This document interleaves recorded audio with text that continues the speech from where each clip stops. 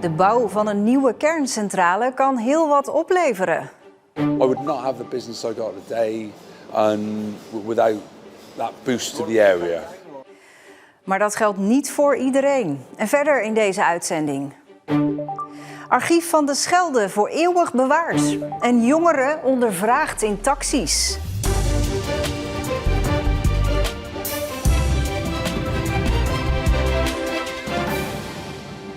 Goedenavond. De bouw van een nieuwe kerncentrale is goed voor ondernemers, maar slecht voor nieuwkomers op de huizenmarkt. Dat valt te concluderen na ons bezoek aan Engeland, aan de plek waar nu al 7 jaar aan de kerncentrale Hinkley Point C wordt gebouwd. Is dit een voorbode voor Borselen, waar plannen zijn voor 2 nieuwe kerncentrales? How's that look? Perfect. Slager Malcolm Pine is een begrip in Zuidwest-Engeland en hij is groot fan van de kerncentrales die in zijn regio gebouwd worden. I would not have the business I got today without that boost to the area. Malcolm is de vaste vleesleverancier voor de 10.000 werknemers op de werkplaats van de kerncentrale. En dat betekent maandelijks 129.000 worsten, duizenden kilo's gehakt en dan hebben we het nog niet eens over de zo geliefde hamburgers en spek. Zijn bedrijf groeide van 12 naar 50 personen in dienst. Everything that EDF said that would happen has happened. There's not been any left or right. What they have said has happened. What they have promised to the area has happened. So I believed in it and I have believed in it ever since. De slager is erg blij met de kerncentrales en hij zegt niet de enige te zijn die profiteert. Food sector to the metalwork, engineering, education, right down to the toilets. De lonen van de bouwers aan de kerncentrale Hinkley Point C zijn hoog. Dat heeft gevolgen voor de bedrijven in de omgeving. That has put an inflation on the staffing. So in order to keep staff, maintain staff, you have to keep in line with what they are paying out there, or look after everybody, for a better word. That's the only negative I can find. Die duizenden werknemers moeten ook ergens wonen. Een deel woont op speciaal gebouwde campussen. De rest woont in de dorpen en steden in de omgeving. Mede daarom blijken huizenprijzen een gevoelig onderwerp te zijn. Wij namen contact op met 13 makelaars om over huizenprijzen te praten. Maar geen enkele wilde een interview geven. De bouw van de kerncentrale van Hinkley Point C begon in de zomer van 2016. De huizenprijzen in Engeland zijn sindsdien flink gestegen. Maar in dit gebied van het land stegen de huizenprijzen zelfs 12% harder dan in de rest van het land. I mean, house prices have gone rocketed, which is okay if you've got a house, but it isn't okay if you want to get into the market. EDF Energy, they've bought a lot of the houses around, even in my street they bought them and turned them into houses of multiple occupancies to accommodate the workers. And that means that if I wanted to put in a bid, EDF, they just go in and go, no, we're going to pay 20 grand more because they want the house for their workers. I'm struggling to buy a house of my own at the moment as well because of the prices going up a lot. It's just constantly going up. The market is always very fluctuative, but at the moment it's going up quite a lot. Yeah, my son's bought a house and we managed to get him into it. And within a few months, he couldn't afford that house anymore. I mean, he got into it, but then the house prices shot up again. So we were lucky, whereas my daughter, I just don't know. De tijd zal leren wat de gevolgen zullen zijn voor Zeeland in de omgeving van de kerncentrale.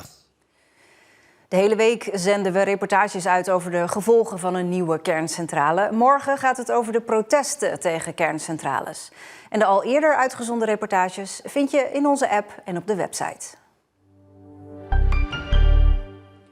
De archieven van scheepswerf De Schelde, die in het Zeeuws Archief liggen, staan vanaf vandaag op de Nederlandse UNESCO-lijst. Een prestigieuze lijst die aandacht vraagt voor Nederlands erfgoed. De archieven van de scheepswerf beslaan 250 meter en die zijn eigenlijk nog helemaal compleet. En dat is zo uniek in Nederland. Die 250 meter bestaat onder meer uit de eerste bestektekeningen, alle foto's van de tewaterlatingen, oude kranten. Dat het archief nu op de UNESCO-lijst staat, noemt Kool heel belangrijk. Dat ook heel Nederland dat weet en dat dit archief beschermd wordt en dat het veel meer wereldkundig wordt. Dat is al het geval bij het archief van de Deltawerken. Die werd vorig jaar op de lijst van UNESCO gezet. De verdachte van het doden van Mechteld Renema uit Middelburg kan pas eind januari terecht in het Pieter Baan Centrum. Daar moet hij onderzocht worden door gedragsdeskundigen voordat zijn zaak verder gaat bij de rechtbank. De 53-jarige vrouw kwam in april van dit jaar niet op haar werk bij Scalda en werd doodgevonden in haar woning in de Granaat. Ze was overleden door geweld en had steekwonden. Na 5 dagen werd de verdachte opgepakt, een inmiddels 37-jarige man uit Oost-Soeburg. De twee zouden een onstuimige relatie hebben gehad en Mechtelt zou eerder door hem mishandeld zijn. Naar verwachting is de volgende rechtszaak op 7 maart. Zeeuws-Vlaamse jongeren boffen deze week. Een speciale taxi rijdt hen gratis naar een bestemming naar keuze.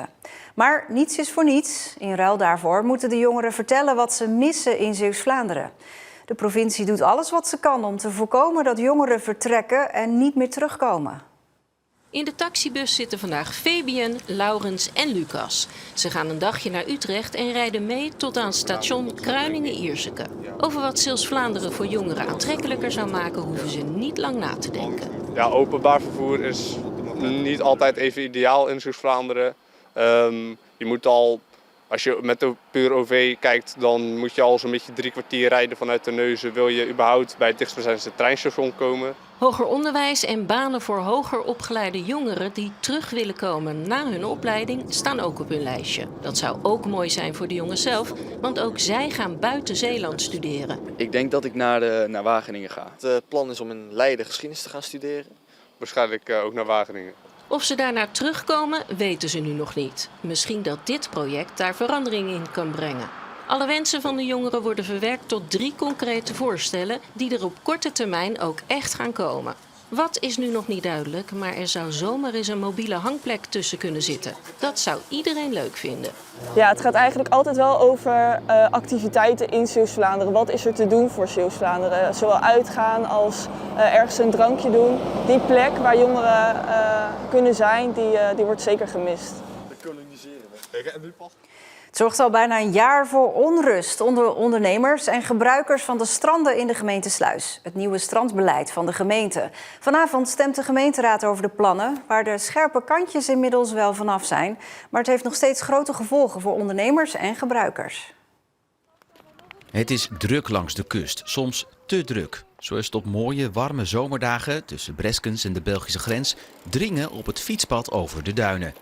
Mensen komen op een scooter voorbij, op een wielrenfiets, elektrische fiets. Dus de snelheidsverschillen zijn best wel behoorlijk, ja. Om ongelukken te voorkomen wil de gemeente het pad op sommige plekken verbreden, knelpunten verbeteren en ongewenst verkeer, zoals golfkarretjes, weren van het pad. Bij Nieuwvliet wordt het ruiterpad verlegd om ruiters beter te scheiden van fietsers en wandelaars. En er is meer. Op de stranden mag er geen nieuwe bebouwing bijkomen, dus geen extra paviljoens of slaaphuisjes. Het enige wat er nog bij mag komen is een beperkt aantal strandhokjes die vooral bedoeld zijn voor de eigen inwoners. Hiermee hoopt de gemeente het strand, zoals het nu is, te koesteren en te behouden. Ik zie hier geen redder staan, dus misschien een redder.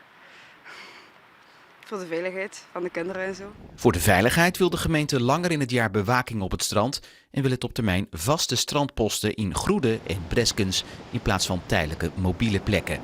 Om verwarring en onduidelijkheid te voorkomen wil de gemeente tot slot een duidelijkere grens tussen het normale en het naturistenstrand bij Groede, hieronder in beeld. Daarvoor wordt het Naaktstrand een stuk naar links verschoven. Dit alles bij elkaar moet de stranden en de duinen toegankelijk maken en houden voor iedereen en overlast voorkomen. Aangeschoven is Martijn van der Werf. Ja, die poep hoort ook bij de overlast, denk ik. Ja, en zeker als het dan ook niet opgeruimd wordt. Maar er is meer. Het recreatieseizoen wordt steeds langer. En ja, als je dan iedereen toe blijft laten op dat strand, hè, ruiters, vliegeraars, vissers en loslopende honden, dan gaat dat tot overlast leiden. En daarom heeft het college van BMW voorgesteld van ja, we gaan die verbodsperiode voor die mensen die ik net allemaal opnoemde, gaan we verlengen met 2 maanden. Zodat ja, de overlast wat minder wordt.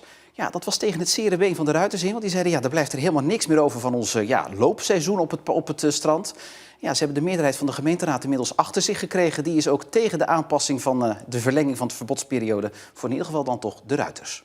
Maar gaan deze plannen dan helemaal niet meer door? Ja, ze gaan nog wel door. De verbodsperiode blijft, maar hij wordt dus niet verlengd. Het college van BMW heeft wel verzocht aan de gemeenteraad, ja, allemaal leuk en aardig dat jullie dat niet willen. Maar dan willen we wel naar een eenduidig beleid, hè, dat het allemaal duidelijk blijft voor de bezoekers. Dus 1 ingangsdatum voor alle verboden. Dus als jullie een uitzondering maken voor het paardenbeleid, dan ook voor al die andere verboden. Nou was er eerder dit jaar ook veel onrust onder de paviljoenhouders, want die waren bang dat ze hun plekje kwijt zouden raken. Daar hoor je nu niet zoveel meer van. Zijn die plannen van tafel? Hoe zit dat? Die zijn niet van tafel. Eerst was er sprake van dat ze in 2039 moesten gaan vechten, eigenlijk een soort van om hun plekje. En een aanbesteding aan moesten gaan om überhaupt een plek te krijgen weer aan het strand. 2039 is uit de plannen verdwenen. Het is niet helemaal van tafel, want in plaats daarvan is de gemeente Sluis nu in overleg gegaan met alle andere 5 kustgemeenten hier in Zeeland om tot 1 afspraak te komen. Want ze zeggen wat hier in Sluis speelt, gaat natuurlijk ook in de rest van Zeeland spelen. Dus we willen 1 beleid. Ik begrijp van betrokkenen dat de gesprekken goed verlopen. Er zijn niet alleen de gemeentes bij betrokken, maar ook bijvoorbeeld de paviljoenhouders. Er wordt gewerkt aan de laatste details. Een einddatum zit er niet meer in de plannen. Maar ja, goed, er kan altijd nog iets veranderen. De verwachting is dat eind deze maand, begin volgend jaar alles een beetje in kannen en kruiken is. Dat er iets gaat veranderen, dat is wel zeker, maar niet meer zo rigoureus als eerder voorgesteld. Nee, maar eerst die raadsvergadering vanavond, die ga jij voor ons volgen. Dankjewel. Het was bewolkt vandaag en het bleef lang niet overal droog. Het werd 8 à 9 graden. Morgen zou het dan echt wel helemaal droog moeten blijven. En zien we 's middags ook nog af en toe een zonnetje. Zo blijft het ook in het weekend. Dat was hem weer, Zeeland Nu voor vandaag. Een hele fijne avond.